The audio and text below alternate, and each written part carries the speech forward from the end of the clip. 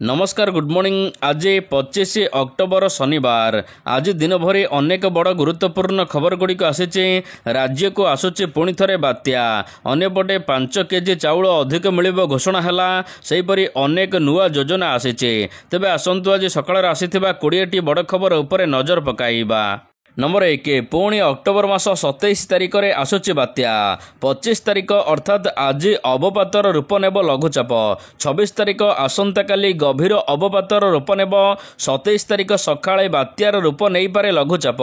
तेबे यह धीरे धीरे उत्तर पश्चिम दिग को गति करुच्ची। घंटा प्रति 3 किलोमीटर बेगर बात्या माड़ी आसुची। तेबे बंगोपसागर रे एबे बड़ गोटाउची बात्या। बात्या पई पाग एबे अनुकूल रहिछि। ए नै सूचना दैचंती भारतीय पाणीपाग विभाग। तेबे बात्या केउठारे माड़ हेबो ए नहीं स्पष्ट सूचना दिया जाए नहीं। तथापि बात्या आंध्र प्रदेश रे माड़ होई पारे। बंगोपसागर रे सृष्टि होईछि एक लघुचाप जहाँ धीरे धीरे अवपात सहित बात्यार रूप नेबाकू जाउछि। यह पश्चिम उत्तर पश्चिम दिगरे एबे गति करी अधिक घनीभूत हेउछि। नंबर 2 बात्या पई ओडिशा रे हेबो प्रबल वर्षा। आसुचे बात्या मंथा। 27 तारिख रे बंगोपसागर रे बात्या मंथा सृष्टि हेबाकू जाउचे। तेबे एही बात्यार नाम थाईलैंड सुपारिश रे बात्या मंथा रखा जाइचे। तेबे ओडिशा रे बात्या संभावना नहीं, किंतु 27 तारिख रु 29 तारिख पर्यंत ओडिशा रे प्रबल वर्षार आकलन करा जाइचे। उपकूल एवं दक्षिण ओडिशा रे प्रबल वर्षार संभावना रहिचे। 27 तारिख रे केन्द्रापड़ा, जगतसिंहपुर, कटक, खोर्धा, पुरी रे प्रबल वर्षा हेबो। नयागढ़, गंजाम, गजपति, रायगड़ा, कोरापुट, मालकानगिरी रे वर्षा हेबो। 28 तारिख रे कटक, केन्द्रापड़ा, जगतसिंहपुर, खोर्धा, पुरी, गंजाम रे मध्य प्रबल वर्षा हेबो। 29 तारिख रे मध्य मयूरभंज, बालेश्वर, भद्रक रे प्रबल वर्षा। 30 तारिख ठारू पागरे परिवर्तन हेबो। बात्या पई ओडिशा रे 26 तारिख रु 29 तारिख पर्यंत समुद्र भीतर को मत्स्यजीवी मानकु न जिबाकू बारण करा जाइछि। मन कहूछि किछि नुआ करिबा पई, हेले पाखरे संबल नाही।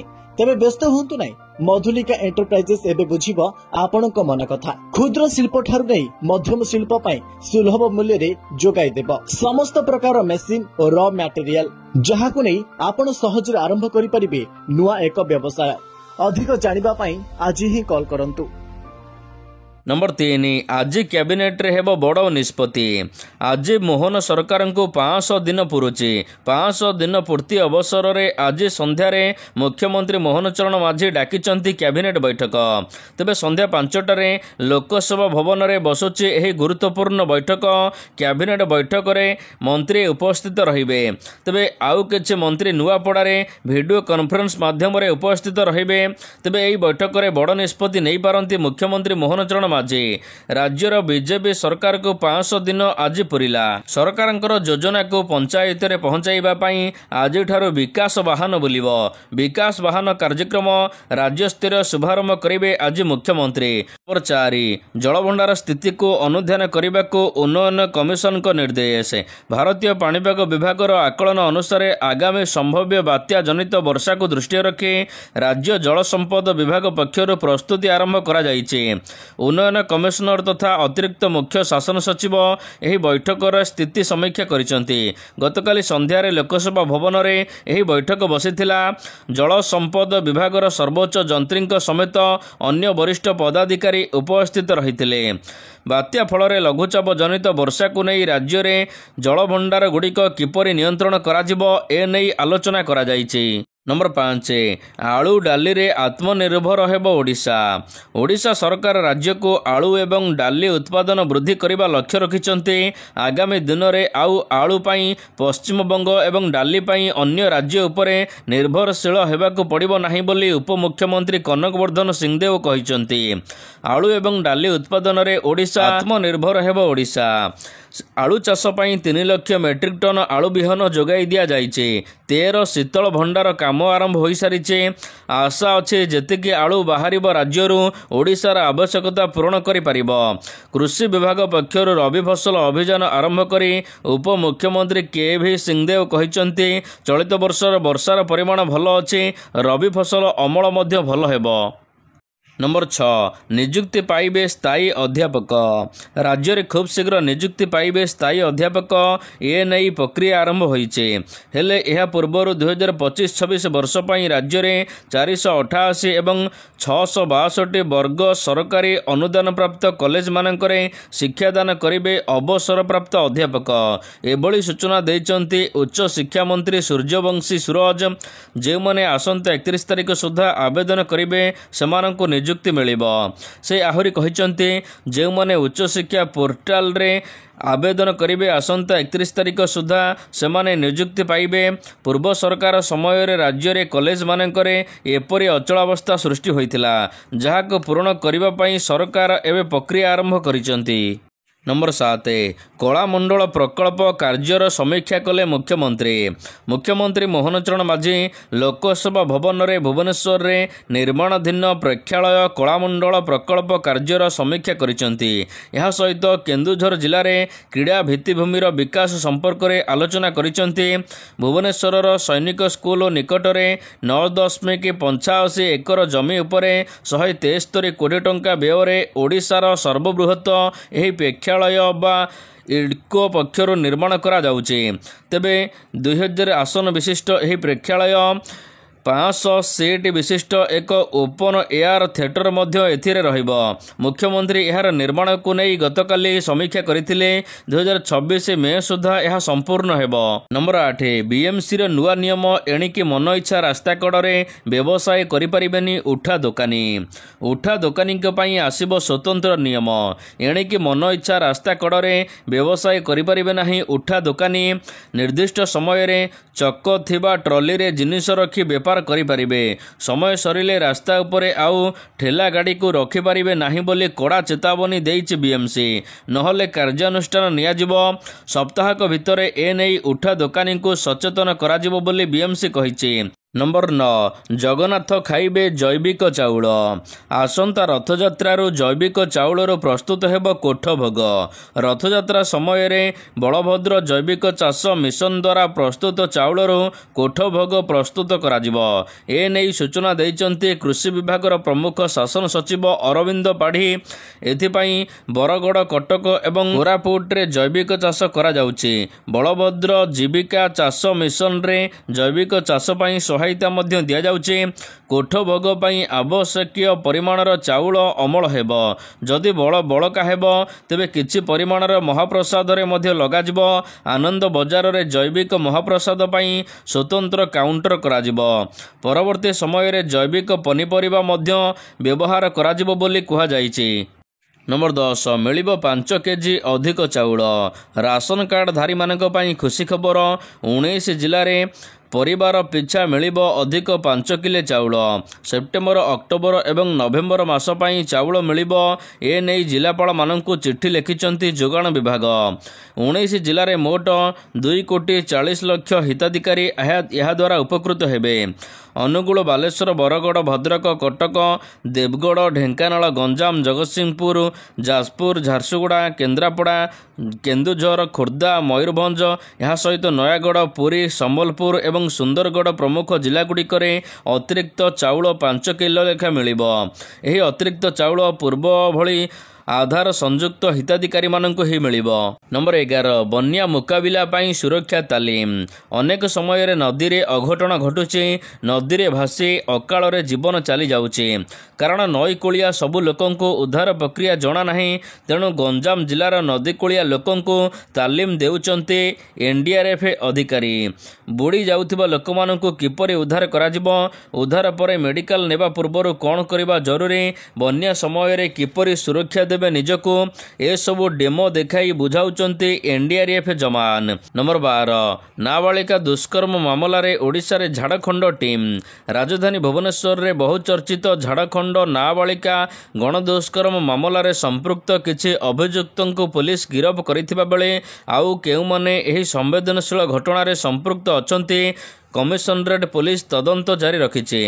ଏହାରି ମାଧ୍ୟମରେ ଗତକାଲି ଝାଡ଼ଖଣ୍ଡର କମିଶନଙ୍କ ଟିମ୍ କ୍ୟାପିଟାଲ ଥାନା ଏବଂ କ୍ୟାପିଟାଲ ହସ୍ପିଟାଲରେ ପହଞ୍ଚି ଏ ଘଟଣା ସମ୍ପର୍କରେ ଆଲୋଚନା କରିଥିଲେ। ଭୁବନେଶ୍ୱରରେ ଝାଡ଼ଖଣ୍ଡର 3 ଜଣିଆ ଟିମ୍ ଏବେ ଅଛନ୍ତି। ପୀଡ଼ିତାଙ୍କ ବୟାନ ରେକର୍ଡ କରାଯିବା ସହିତ ଝାଡ଼ଖଣ୍ଡ ଟିମ୍ ସମସ୍ତ ରେକର୍ଡ କ୍ୟାପିଟାଲ ଥାନା ପୁଲିସ ଠାରୁ ନେଇଥିବା ସୂଚନା ମିଳିଛି। ନମ୍ବର 13 ଆଉ ମନମାନି କରିପାରିବେନି କ୍ୟାବ୍ ଡ୍ରାଇଭର। ଆଜିକାଲି କ୍ୟାବ୍ ଉପରେ ସମସ୍ତେ ଅଧିକାଂଶ ଲୋକ ନିର୍ଭରଶୀଳ। ତେବେ ଏହାର ଅପୂର୍ବ ଫାଇଦା ଉଠାଉଛନ୍ତି କ୍ୟାବ୍ ଚାଳକ। ପ୍ରତିଦିନ ଓଲା ଉବେର ଟ୍ୟାକ୍ସିକୁ ନେଇ ବିଭିନ୍ନ ଅଭିଯୋଗ ଆସୁଛି। ଅପରିଷ୍କାର କାର, ମନମୁଖୀ ଭଡ଼ା ଏବଂ ଯାତ୍ରୀ ବାତିଲକରଣ ଆଦି ଅନେକ ସମସ୍ୟା ସାମ୍ନା କରୁଛନ୍ତି ଲୋକେ। ଏହି ଅଭିଯୋଗ ଗୁଡ଼ିକର ସମାଧାନ କରିବାକୁ ଭାରତ ଟ୍ୟାକ୍ସି ନାମରେ ଏକ ସରକାରୀ କ୍ୟାବ୍ ସେବା ଆରମ୍ଭ କରୁଛନ୍ତି ସରକାର। କେନ୍ଦ୍ର ସରକାର ଭାରତ ଟ୍ୟାକ୍ସି ନାମରେ ଏକ କ୍ୟାବ୍ ସେବା ଆରମ୍ଭ କରୁଛନ୍ତି। ଏହା ଓଲା ଉବେରକୁ ଟକ୍କର ଦେବ। ତେବେ ସବୁଠାରୁ ବଡ଼ କଥା ହେଉଛି କି ଭାରତ ଟ୍ୟାକ୍ସିରେ ରାଜସ୍ୱ ହାତେଇବେ ସମ୍ପୂର୍ଣ୍ଣ ଡ୍ରାଇଭର ଏବଂ ମାଲିକ। ସେମାନେ ଭଡ଼ା ପାଇବେ, ଯାହାଦ୍ୱାରା ସେମାନେ ଓଲା ଏବଂ ଉବେର ଠାରୁ ଅନ୍ୟ କ୍ୟାବ୍ ଅପେକ୍ଷା ଭାରତ ଟ୍ୟାକ୍ସିକୁ ବାଛିବେ। ଏଥିରେ ସରକାରଙ୍କର କିଛି ଫାଇଦା ନାହିଁ, ସବୁକିଛି ଫାଇଦା ରହିବ ସିଧାସଳଖ କାରବାଲାଙ୍କର। ନମ୍ବର 14 ବିକ୍ରମ ପଣ୍ଡାଙ୍କ ପାଇଁ ଲଢ଼ିବେ 44 ଓକିଲ। ବହୁଚର୍ଚ୍ଚିତ ଆଇନଜୀବୀ ପୀତବାସ ପଣ୍ଡା ହତ୍ୟା ମାମଲାରେ ଏବେ ଗିରଫ ବିଜେଡି ନେତା ବିକ୍ରମ ପଣ୍ଡାଙ୍କ ପାଇଁ କୋର୍ଟରେ ଲଢ଼ିବେ 44 ଓକିଲ। ବିକ୍ରମଙ୍କ ସହିତ ମଳୟ ବିଶୋଇ ଏବଂ ଦମନ ଦଳେଇଙ୍କ ପାଇଁ ଲଢ଼ିବେ ଓକିଲ। ଆଜି କୋର୍ଟରେ ଜାମିନ ପାଇଁ ଆବେଦନ କରାଯିବ। ନମ୍ବର 15 ବାପା ଜମି ବିକ୍ରି କରିଥିଲେ ଖାରଜ କରିପାରିବେ ସନ୍ତାନ। ବିନା କୌଣସି ଲ ସୁଟ୍ରେ ପିତାମାତାଙ୍କ ଦ୍ୱାରା ହୋଇଥିବା ସମ୍ପତ୍ତି ବୁଝାମଣାକୁ ନାବାଳକ ସନ୍ତାନ ସାବାଳକ ହେବା ପରେ ଏବେ ଏହା ଉପରେ ସିଧାସଳଖ ଅପିଲ କରିପାରିବେ। ଏନେଇ ସୁପ୍ରିମକୋର୍ଟ ରାୟ ଦେଇଛନ୍ତି। ସନ୍ତାନ ନାବାଳକ ଥିବା ସମୟରେ ତାର ପିତାମାତା ଯଦି କାହାକୁ ସମ୍ପତ୍ତି ବିକ୍ରି କରିଥାନ୍ତି କିମ୍ବା ହସ୍ତାନ୍ତର କରିଥାନ୍ତି, ତେବେ ସନ୍ତାନ ସାବାଳକ ହେବା ପରେ ଏହା ଉପରେ ଚ୍ୟାଲେଞ୍ଜ କରିପାରିବେ। ଏପରିକି ଉକ୍ତ ସମ୍ପତ୍ତିକୁ ସନ୍ତାନ ଅନ୍ୟ କାହାକୁ ବିକ୍ରି କରିପାରିବେ। ତେଣୁ ସନ୍ତାନ ନାବାଳକ ଥିବା ସମୟରେ ପିତାମାତା ଯଦି କାହାକୁ ସମ୍ପତ୍ତି ବିକ୍ରି କିମ୍ବା ସ୍ଥାନାନ୍ତର କରିବାକୁ ଚାହୁଁଛନ୍ତି, ତେବେ ଏଥିପାଇଁ ଏକ ମକଦ୍ଦମା କରିବା ଦରକାର।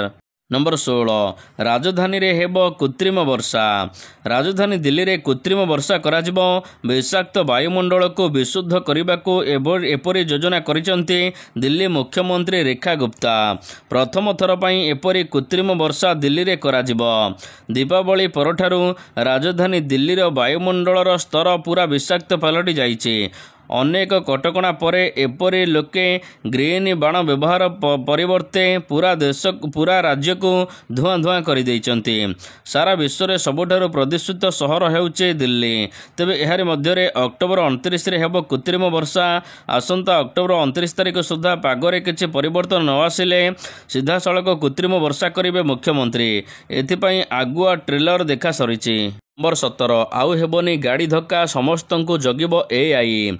ଟ୍ରାଫିକ୍ ମ୍ୟାନେଜମେଣ୍ଟରେ 1 ନମ୍ବର ଦେଶ ସାଜିବ ଦୁବାଇ। ସବୁଆଡ଼େ ଲାଗିବ AI। 2 ବର୍ଷ ଭିତରେ ପ୍ରକଳ୍ପ ଶେଷ କରିବାକୁ ପ୍ରସ୍ତୁତି ଚାଲିଛି। ଆଉ ରାସ୍ତା କଡ଼ରେ ନୁହେଁ, ସିଧା କାରକୁ ଜଗିବ ଟ୍ରାଫିକ୍ ସିଗ୍ନାଲ। ଦୁର୍ଘଟଣା ହେବା ଆଗରୁ ସୂଚନା ଦେବ AI। ଏହା ଟ୍ରାଫିକ୍ ସିଗ୍ନାଲ ସହିତ ସିଧାସଳଖ ଯାନବାହନକୁ ମଧ୍ୟ ସଂଯୋଗ କରାଯିବ। ଏହା ନିକଟରେ ଆରମ୍ଭ ହୋଇଥିବା ଏକ ନୂଆ ପ୍ରକଳ୍ପର ଏକ ଅଂଶ। ଏନେଇ ଦୁବାଇ ସରକାର ଆଣୁଛନ୍ତି ନୂଆ AI ସିଷ୍ଟମ, ଯାହାଦ୍ୱାରା ଆଉ ହେବନି ଗାଡ଼ି ଧକ୍କା। ନମ୍ବର 18 ନଭେମ୍ବର ମାସରେ କେତେ ଦିନ ବ୍ୟାଙ୍କ ବନ୍ଦ ରହିବ ଆସିଲା ସୂଚନା। ନଭେମ୍ବର ମାସରେ କୌଣସି ବଡ଼ ପର୍ବ ନଥିଲେ ମଧ୍ୟ ବ୍ୟାଙ୍କଗୁଡ଼ିକ 9ରୁ 10 ଦିନ ପର୍ଯ୍ୟନ୍ତ ବନ୍ଦ ରହିବ।